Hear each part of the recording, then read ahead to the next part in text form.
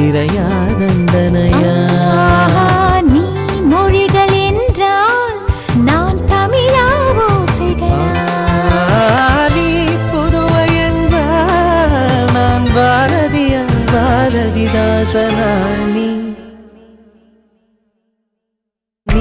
தனிமை என்றால் நான் துணையா தூரத்திலா?